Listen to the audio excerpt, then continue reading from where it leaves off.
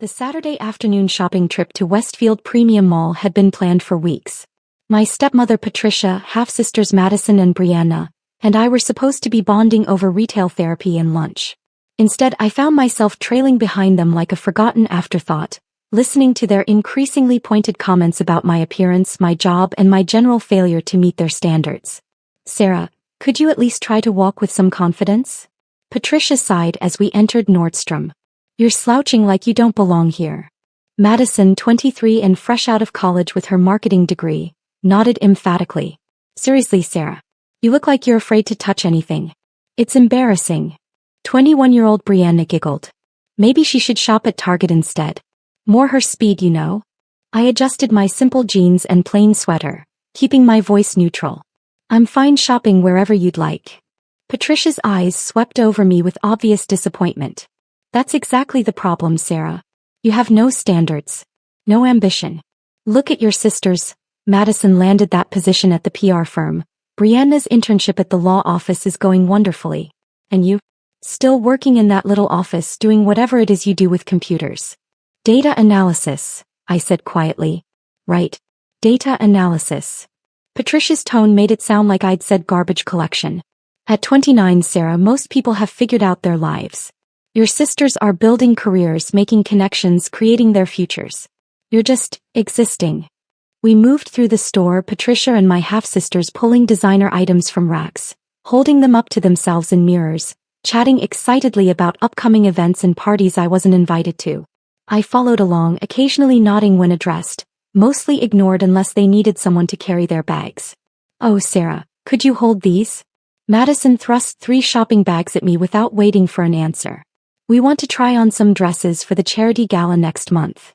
"The one at the Ritz-Carlton?" I asked. Brianna laughed. "Not that you'd know anything about charity galas. But yes, it's a $500 plate event. Real society stuff. The kind of event where appearances matter," Patricia added pointedly. "Which is why I've been trying to help you understand how important it is to elevate yourself, Sarah. Look around." She gestured at the upscale department store, the well-dressed shoppers, the luxury brands. "This is the world your sisters move in. This is what success looks like." I nodded, shifting the shopping bags to get a better grip. "I understand. Do you, though?" Patricia's voice carried that particular edge it got when she was building up to one of her lectures. "Because sometimes I wonder if you're content being mediocre. Content being the family's, well, I don't want to say failure, but what else would you call it?" Madison interjected, emerging from a dressing room in a stunning black cocktail dress. "I mean, look at us. Look at what we've accomplished. Then look at Sarah." The saleswoman, clearly uncomfortable with the conversation, busied herself arranging hangers. Other shoppers glanced over, some with pity, others with the kind of secondhand embarrassment that comes from witnessing someone being publicly diminished. "It's not that we don't love you," Brianna said, though her tone suggested otherwise. "It's just that you're not really living up to your potential. Dad would be so disappointed if he could see how you've turned out." The mention of my father, their father, hit like it always did. He died 3 years ago, and Patricia had made it clear that his love for me had been more obligation than genuine affection. After all, I was from his first marriage, a reminder of his previous life. "Your father had such high hopes for you," Patricia continued, selecting a pair of earrings to try on. "He always said you were smart. But intelligence without ambition is worthless, isn't it? Intelligence without the drive to succeed, without the social skills to network, without the appearance to make a good impression. It's just wasted potential." We left Nordstrom and headed toward the food court, passing the Apple Store, Michael Kors, Williams-Sonoma. The mall was busy with weekend shoppers, families with children, teenagers hanging out, couples walking hand in hand. Everyone seemed to belong somewhere, to have a purpose. Everyone except me. "You know what I think your problem is, Sarah?" Madison said as we found a table in the upscale section of the food court. "You've never had to really fight for anything. You got that little computer job right out of college, you found that adequate apartment, and you just settled. You never pushed yourself to be more." "Maybe she can't be more," Brianna suggested with false sympathy. "Maybe this is just her ceiling. Not everyone is meant for success." Patricia nodded thoughtfully. "That might be true. I've been thinking about this a lot lately, actually. Some people are simply content with mediocrity. They don't have that drive, that hunger for something better. They're happy being ordinary.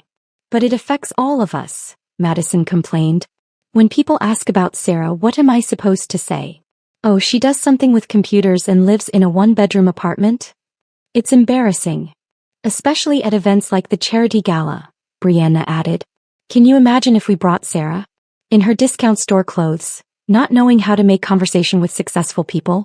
She'd humiliate us. I sat there eating my salad, listening to them discuss me as if I weren't present. This wasn't new, it had been happening for years, ever since Patricia married my father when I was 15. But it had gotten worse since his death, more pointed, more cruel.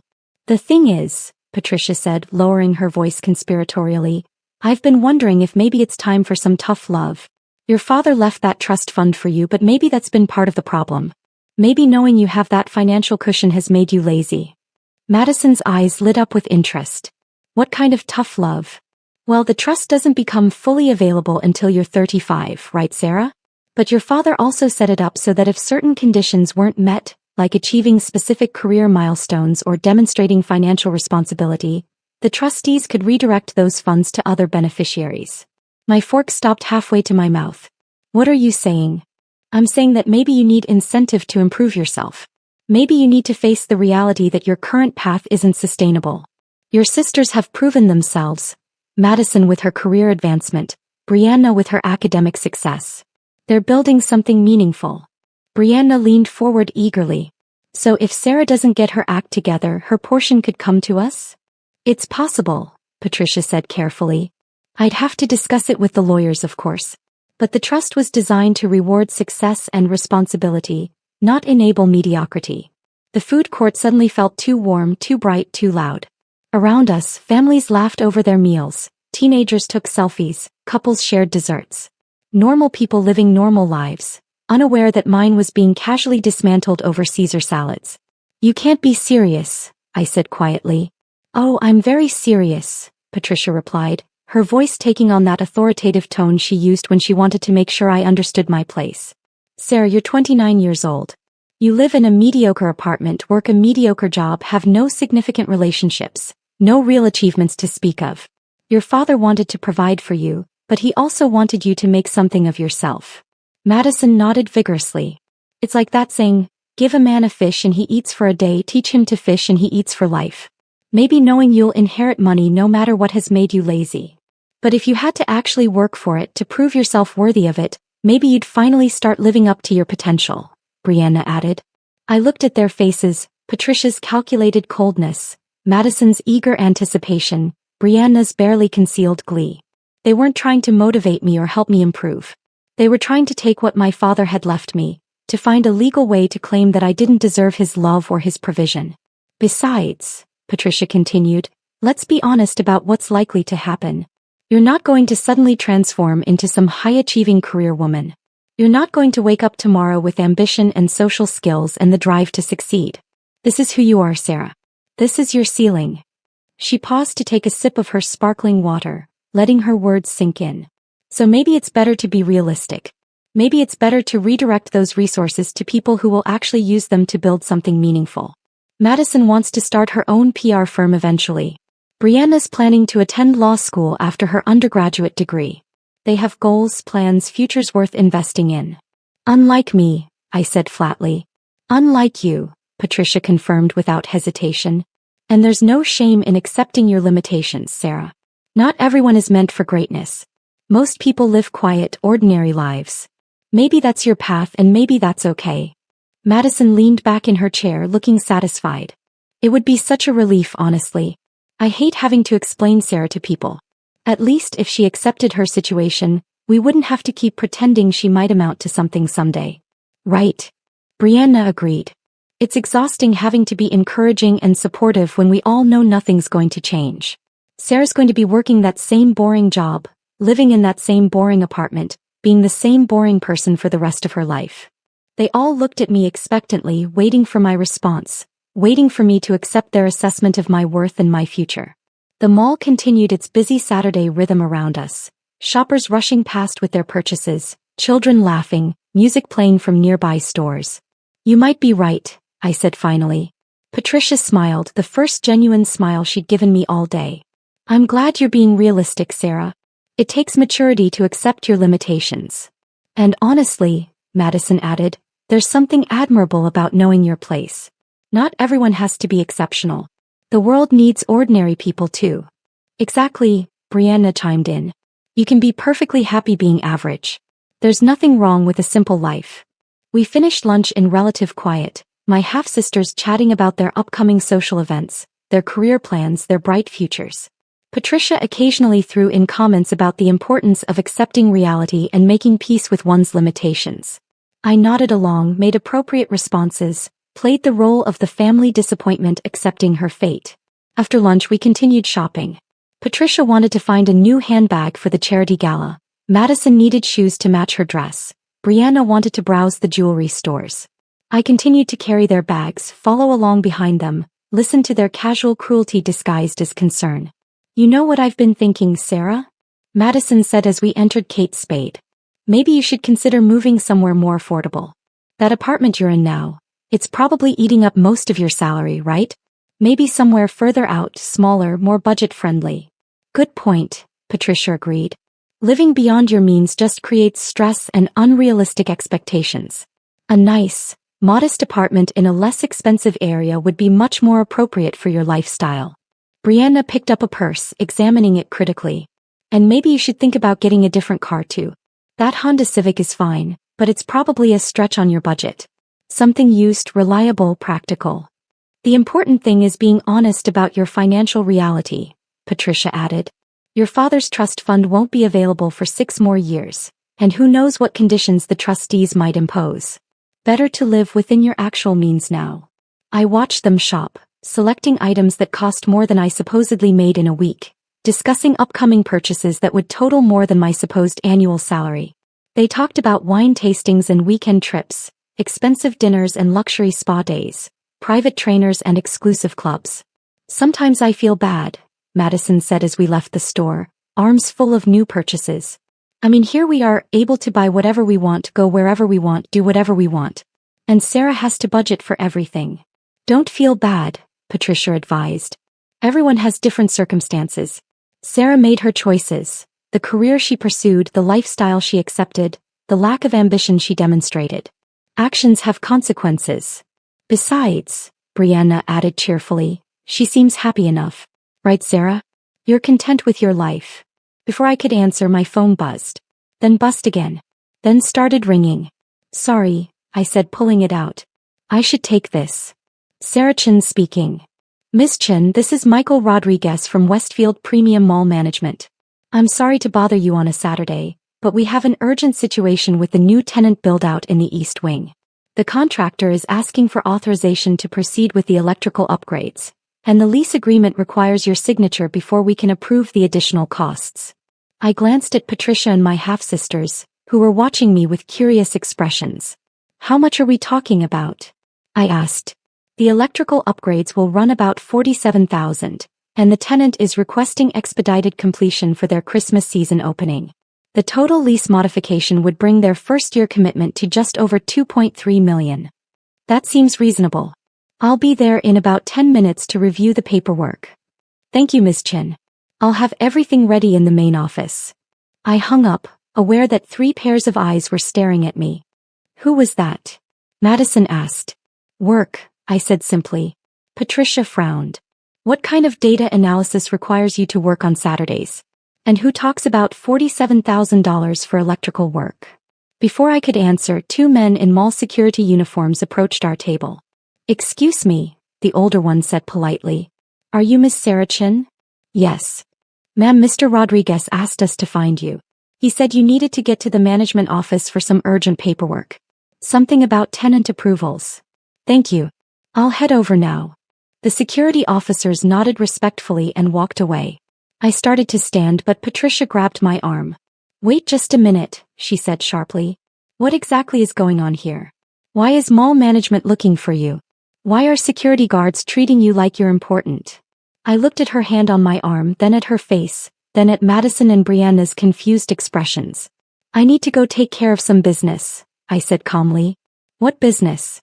Madison demanded. You said you work in data analysis. What does data analysis have to do with mall management and tenant leases and electrical upgrades? I gently removed Patricia's hand from my arm and picked up my purse. I'll explain later. This shouldn't take long. But as I started to walk away, Patricia's voice cut through the mall noise, loud enough for other shoppers to hear. Sarah Elizabeth Chin, you stop right there and explain what's happening. I turned back to face them. Patricia looked angry and confused, Madison and Brianna looked suspicious and concerned. Around us, other shoppers had slowed their pace, clearly interested in the drama unfolding. The mall management office is expecting me, I said simply. I need to go sign some paperwork. What paperwork? Brianna pressed. Why would they be looking for you specifically? This doesn't make any sense. I took a deep breath, looking at the three women who had spent the afternoon telling me how ordinary and disappointing I was, how I needed to accept my limitations and be realistic about my future. It makes perfect sense, I said quietly. I need to approve a lease modification for one of our tenants. Our tenants? Patricia's voice was sharp with confusion and growing alarm. The mall's tenants. I need to review their request for electrical upgrades and authorize the additional costs before they can proceed with their build-out for the Christmas season. Madison's mouth fell open slightly. What are you talking about? I'm talking about my job, Madison. My boring, ordinary job doing data analysis. Data analysis for property management and real estate development. Specifically for Westfield Premium Properties. The noise of the mall seemed to fade as my words sank in. Patricia's face had gone pale. Madison and Brianna were staring at me with identical expressions of dawning horror. That's impossible, Patricia whispered. Which part? That I work in property management? That I analyze data for real estate development? Or that I have the authority to approve tenant lease modifications? You said you work for a small company, Brianna protested weakly. I do work for a small company. Very small, actually. Just me. Sarah Chin Properties owns and manages 17 retail properties throughout the state, including this mall. I bought Westfield Premium 3 years ago, right after Dad died. The shopping bags Madison had been carrying slipped from her hands, luxury items scattering across the food court floor. Brianna's face had gone completely white. Patricia looked like she might be having trouble breathing. That's not possible, she repeated, her voice barely audible. It's very possible. In fact, it's reality. The trust fund Dad left me? I never needed to wait until 35 to access it. I used it as collateral to secure financing for my first property acquisition when I was 26. By the time he died, my portfolio was worth about $40 million. Today, it's worth just over $200 million. The mall security officers had returned, along with a man in a suit who was clearly management. Miss Chin, he said politely. I'm Michael Rodriguez, the property manager. I hate to interrupt your family time, but if you could spare a few minutes to review the Sephora lease modification? They're hoping to get started on the electrical work first thing Monday morning. Of course, Michael. Patricia, Madison, Brianna. This is Michael Rodriguez, who manages day-to-day operations for the mall. Michael, this is my family. Michael smiled pleasantly at them, then did a double take as he noticed the scattered shopping bags and their shocked expressions. Is everything all right? Everything's fine, I said calmly. They were just surprised to learn about my work. I don't usually discuss business during family time. Of course not. Well, the contracts are ready for your review whenever you're available. I'll be right there. Michael nodded and walked away, followed by the security officers. I turned back to face Patricia and my half-sisters, who were still frozen in place like mannequins.